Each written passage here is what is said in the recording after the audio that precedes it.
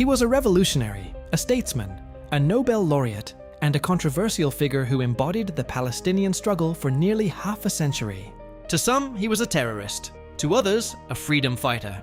But who was the real Yasser Arafat? From his early days as a young nationalist to his final moments as a symbol of a nation's hope, this is the story of the man who put the Palestinian cause on the world map.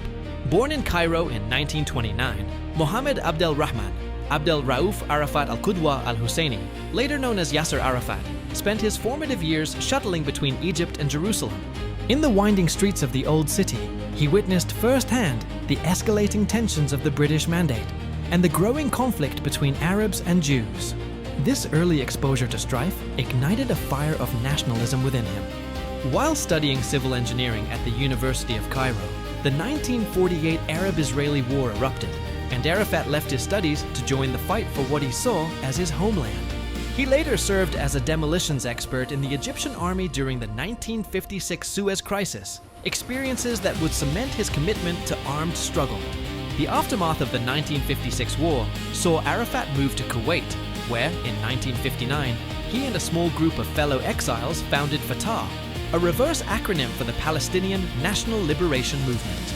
Following Israel's decisive victory in the 1967 Six-Day War, Arafat's influence soared.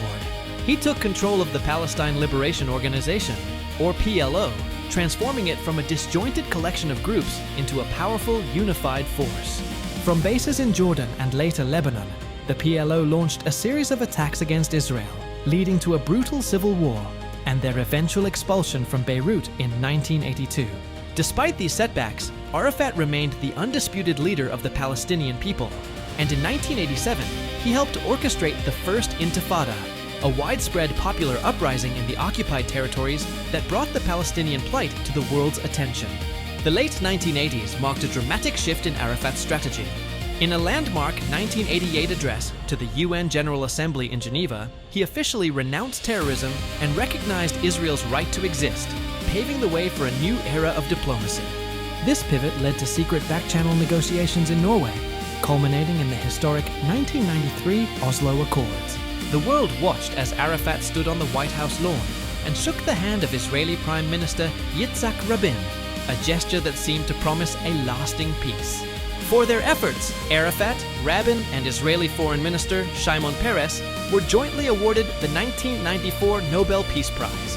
2 years later, Arafat returned to the Palestinian territories in triumph and was overwhelmingly elected the first president of the newly formed Palestinian Authority. However, the optimism of the 1990s proved to be short-lived. The final status negotiations stalled, and the peace process collapsed following the failed Camp David summit in 2000.